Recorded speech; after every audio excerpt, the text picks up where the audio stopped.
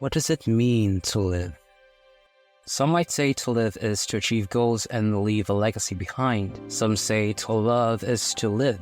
And others believe that to live is to find happiness. But the sad truth about life is, it's that nothing's guaranteed. The future is a terrifying void of uncertain possibilities, and you'll never know where a person's life will end.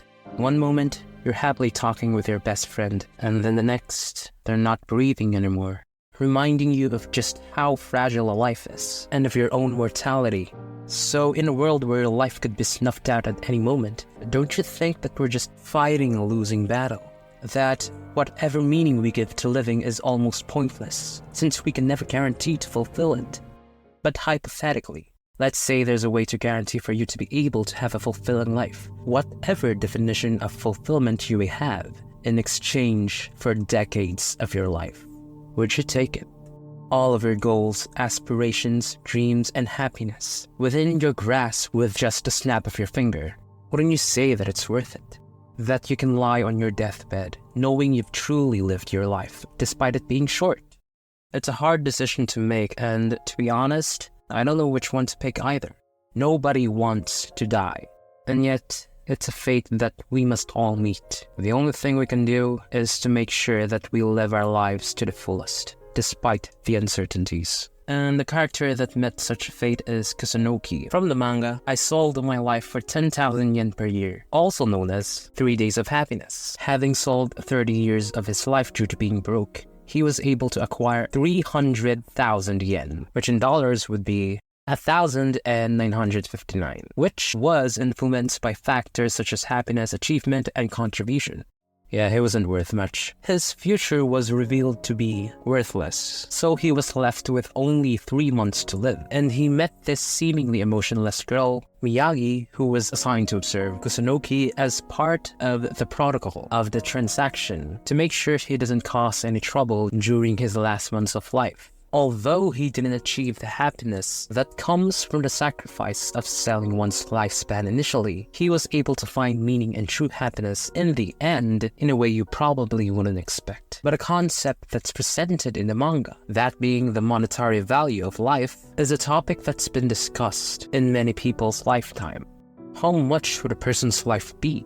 The common answer would be that it's priceless, or whatever the amount of money the person makes. However, some also say that finding meaning or purpose in life is what makes life valuable. So from that, we can derive that a fulfilled life brings out the most value. And since the meaning of a fulfilled life is subjective, that means the value of life varies from person to person, affected by numerous factors, making its value more fluid than the current exchange rates. Obviously, this is a question that serves as a test to gauge a person's morality, with it having no real answer. But this concept has been taken way too literally in this manga. You'd think that him selling his lifespan was a metaphor or symbolism for doing a risky job that can potentially shorten his lifespan, maybe like military service, healthcare profession, or some illegal stuff. But nope, Kusonoki sold his lifespan. No metaphors or symbolisms. And so Kusonoki's impending death approaches as the last 3 months of his life begin with a girl he barely knew. Knowing that he was going to die soon, Kusonoki started to write down the things he wanted to do before he passed away, a behavior commonly seen in people nearing death. As people begin crossing off items on their bucket list, they may feel a sense of acceptance and peace, believing they can finally leave the world. Which reminds me of a story my former high school teacher shared about his observations of loved ones nearing death.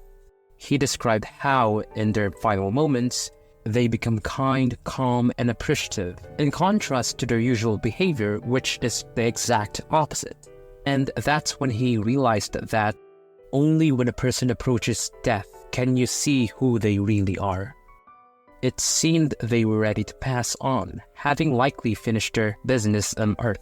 In contrast in the manga, which Miyagi mentioned that people on their last years or months of life tend to cause the most trouble.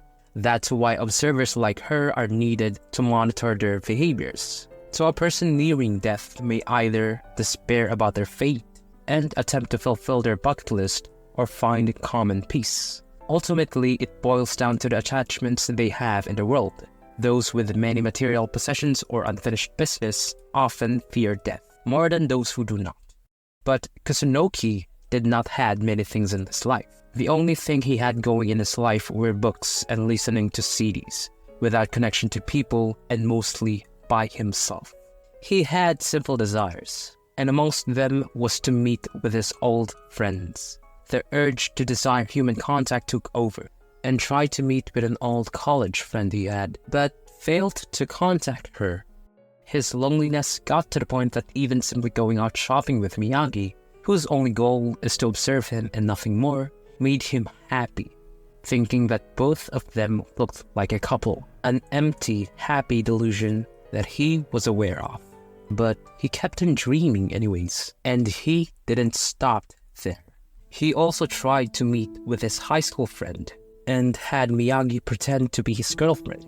But the thing is, she's invisible to everyone but Kusonoki, so that didn't really work, and simply chatted with him instead. But as they were talking, his friend hit a nerve.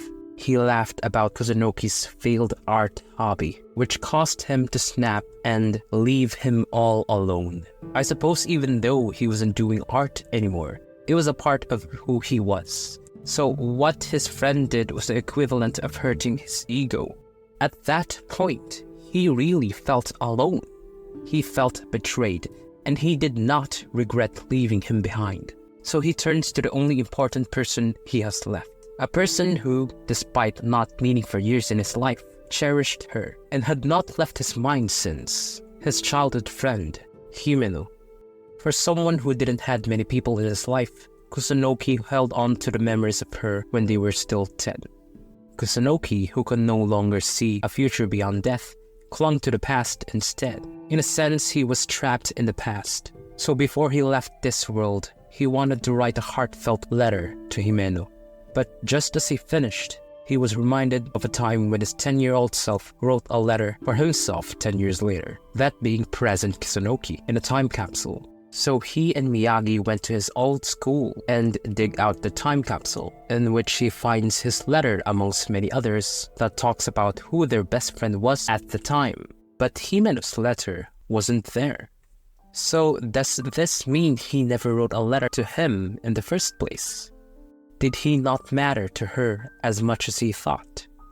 That's why Miyagi said not to cling to past relationships, as he has neglected them. And I suppose she's right. You can't expect to be on good terms with people you didn't even bother to maintain contact and friendship with. And as much as it hurts, you can't deny that it's the truth. Effort must be exerted into relationships because you can't just expect people to stick around if you don't nurture those connections. And I guess that's what Kusonoki lacked. But despite that, he couldn't just ignore the request of his 10-year-old self from the letter to go and meet her, even though Miyagi told him that Himeno had a grim past of her getting pregnant at 17, dropping out of high school, marrying at 18, divorcing at 20, and will jump to her death 2 years later. So after searching for her, the two unexpectedly met at a local festival, the same one from their childhood, and they agreed to meet 2 days later for dinner. But it didn't go as expected. When they met for dinner, as Kusonoki told him about selling his lifespan, she left thinking he was insane and left a letter of how she hated him and how she planned to die in front of him as a revenge, because he did not see through her cries for help that were disguised as a friendly letter back when they were 17, the same age when she got pregnant. But seeing him being more insane than her, she decided to cancel her plans of revenge and disappeared quietly instead. Surprisingly, Kusonoki took it well, at least better than I expected, because no matter what the outcome was going to be, he had closure. And that's the most important thing a person should have before leaving this world. And he felt like he could finally let go of the few attachments he had in his life, which is why he threw all the money he had from selling his lifespan away. As he does, Miyagi seems to empathize with him, as she voluntarily gets herself soaked wet in the rain with him. Perhaps she was not as emotionless as we thought. Who really is Miyagi, and what lies behind those pitch-black eyes of hers? When I look at her, she doesn't strike me as human, and she has uncanny knowledge about Kusonoki's past and future, as well as Himeno's. However, that little gesture in the rain made me think that maybe she is human after all, and not some all-knowing entity. Throughout the first few chapters of the manga, she maintains a cold and indifferent vibe with the way she acts, speaking only when necessary as she simply sits in a corner observing Kusonoki. But we can see several instances of her breaking character a bit as she meddles with Kusonoki by advising him against certain things, up until to the point when they get stuck in a train station while searching for Himeno. She opened up about her past after Kusonoki tried to do something to her, about how she's just a normal human who was forced to work as an observer until her 40s and had to pay off her mother's debt, who died working as an observer as well when Miyagi was 10. And as Kusonoki and her go back and forth with their conversation, you can see her smiling wide for the first time, as if she had been waiting for someone to ask about her. But as Kusonoki said, is her life worth living the way it is going? She'll only be free when she reaches the age of 40, almost half of her lifetime. And during that time, what more can she do with her life? A person in their 40s should already be set for life, whether by knowledge, financial means, or others. But since she never had the chance to live a normal life, she never had those. And as Kusonoki said, it's better to just give up on life rather than continue on. But she kept surviving anyways because she had a mindset that was the same as those who want to end their own lives. And that's thinking that maybe, just maybe, something good will happen in the future that will change their lives. That's why they put their planned death on hold. And as depressing as it sounds, some people just die thinking that way. Miyagi even agreed that it's not a life worth living, much like how Kusonoki's is. And it turns out they also had the same life value, 300,000 yen, which further made them more alike, making Miyagi more comfortable and vulnerable around him. However, as the manga progresses, we can see Miyagi's true nature, about her being a liar and her fear of attachment, and how this leads to Kusonoki making the ultimate sacrifice, with him finally finding the worth and the meaning of life.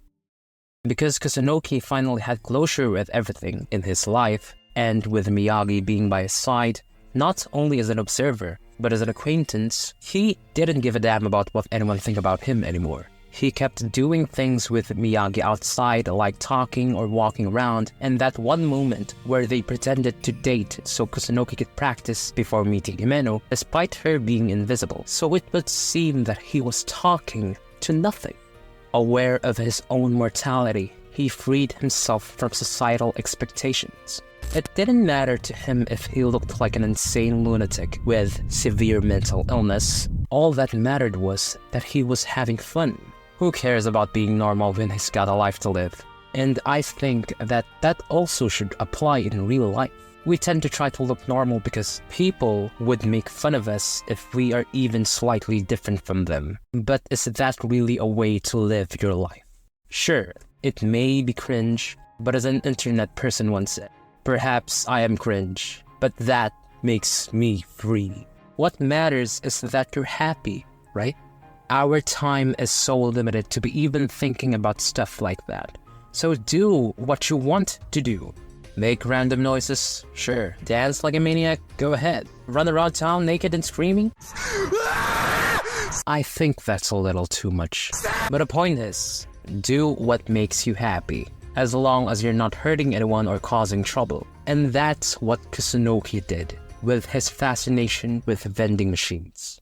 Kusonoki, with his remaining time, decided to take photos of vending machines simply because he liked them. And somehow, Miyagi justified Kusonoki's action, saying something along the lines of, If you give it something, it will always give you something back. Unlike other people, it has a clear sense of purpose, and its function is simple. In short, Miyagi is on board with Kusonoki's strange hobby, and just by them taking pictures of vending machines each day of his last months, he was able to find joy in that, even though it seems pointless at first. And to me, this is the highest form of satisfaction or happiness.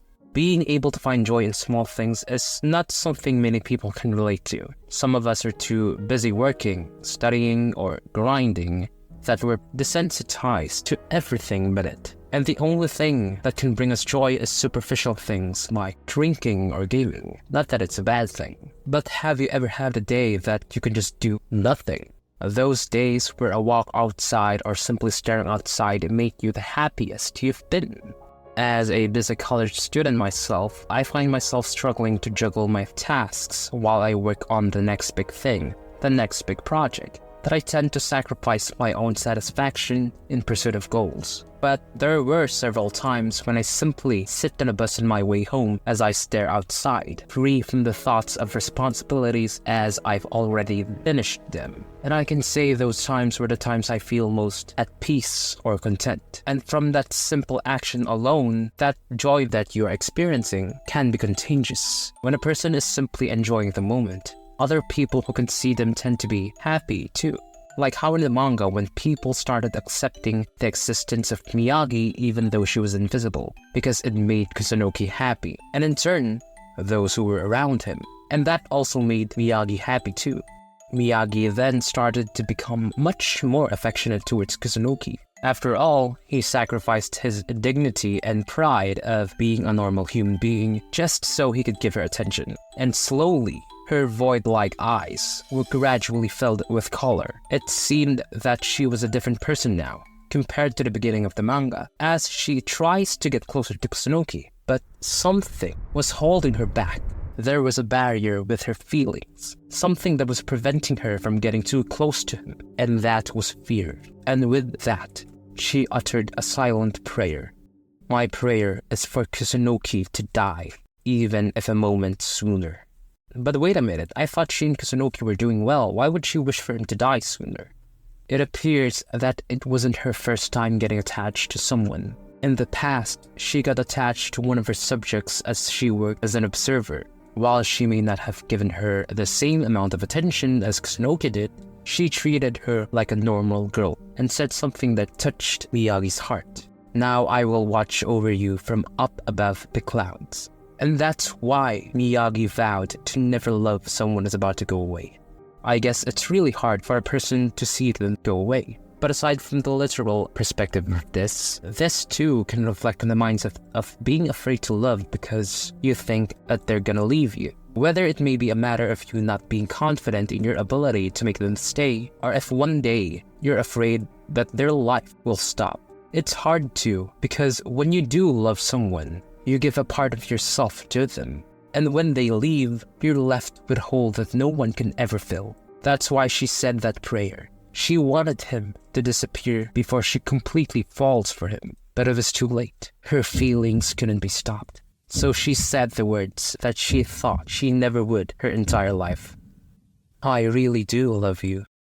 Barriers down, with nothing to filter her words, she told Kusonoki her true feelings. Although reluctant at first to love someone who was going to go away, Kusonoki gave her the assurance she needed for this to be okay. He pulled her into an embrace, not of malice or any other intentions, but a hug filled with authenticity. And with that, Kusonoki found the main reason to live his last months. So does that mean that the meaning of life can be found in another person? Sure, you can find happiness and contentment in the right person, and I think it's one of the end games of life. But I'm really opposed to saying that life should revolve around a person. I've mentioned this in my previous video, but I feel like basing your own worth and satisfaction with another person is a recipe for disaster. Because as I said, when they leave, they take a part of you with them. So while you can find meaning in living through a person as they provide you a source of happiness, your entire happiness should not be based around them. Instead, it should only be a part of your reasons for living. amongst many other things. But aside from that, at least we can be sure that the feelings that Kusonoki and Miyagi had for each other were pure and untainted, as her love for her caused Kusonoki to make the ultimate sacrifice for Miyagi. Due to inspiration, Kusonoki was able to pick up his pen once again and drew Miyagi asleep. And that action alone opened up a new possibility for his future. Early on, I said the value of life here is fluid, meaning it can change from time to time. So because of this inspiration, his possible future changed, where he would become a famous painter. And that alone skyrocketed the value of his life. And I guess this is the author's way of saying that nothing is set in stone. Your past does not define your future, and even if you think you know where your life is heading,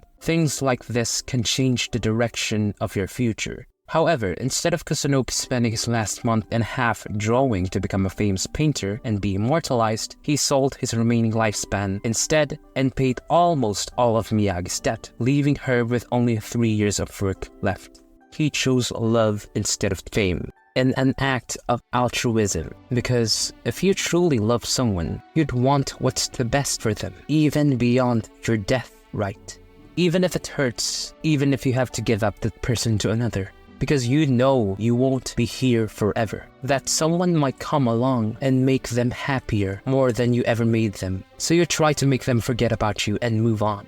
Is that not why we resort to these kinds of acts? But in my opinion, that is a severe mistake.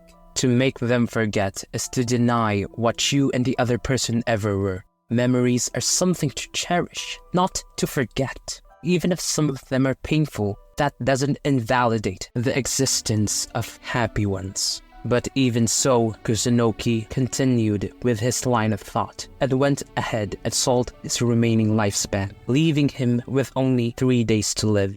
As per policy, those who sold their lives that reach their final 3 days will no longer need an observer, meaning that Kusonoki will never see Miyagi again. So he rode around the places where he and Miyagi used to go, reminiscing the short but happy time they had together, as he stopped by a fountain. And at this point, he's known in his town as the silly guy who is an invisible girlfriend. So when people recognized him, he tries to act like Miyagi is beside him. To them, it would seem like business as usual, but to Kusonoki, it was massively different. And it was only at that moment that the realization set in, that he really never will see Miyagi again, the girl that he truly loved.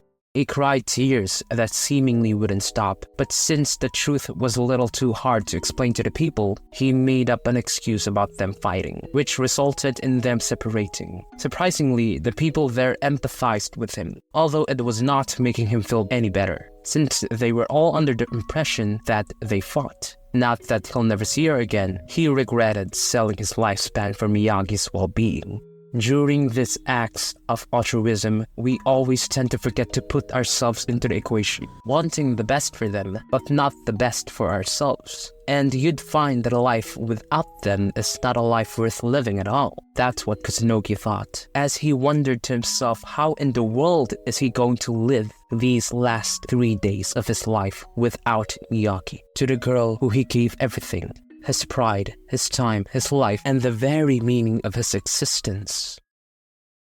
But just then, he heard a voice. The voice of someone who he'll never forget in 1,000 years. And when he turned to look, it was none other than the girl he loved more than life, Miyagi. She approached him and assured him that she won't be going anywhere anymore. But why is she here? And more importantly, why is it that people can see her? If people can see her, that only means she's no longer an observer, which would make her a normal human. What in the world did Miyagi do? These thoughts were haunting Kusonoki until she finally spoke. It turns out she did the same thing Kusonoki did. She sold her own lifespan and was left with 3 days of his life, the same as him, because she would rather die sooner than live a long life without him, because to her, a life without her beloved is not a life worth living. Kusonoki should have been mad, despairing as she threw away the life he worked hard for Miyagi. But instead, he felt happy. happy that he wouldn't spend his last 3 days dying alone. And together, they spent what little time they had to make memories and be the happiest they've ever been. To a 3 days filled with love, meaning, and ironically, life. In the end, they both chose to live short but happy and fulfilling lives. And I suppose that's what makes the value of life. It doesn't matter how much time you have, it's what you do with that time. So 30 days of life could be more valuable than 30 years. And whatever meaning life is to you, it's in your hands to seize and live by your definition of life and make the most out of it. And as Will Stetson's song once said, you've got to live in life and leave the dying to the dead. So always keep that in mind, okay? Also, thanks to this guy for recommending me this manga. And I highly suggest that you guys read it in your own, since it's a great read and there are a few details that I didn't mention here. And if you want me to cover an anime or manga you want, then feel free to tell me in the comments. But hey, if you enjoyed this video, then I have another one for you, right here. And that's it for this one, and I'll see you there.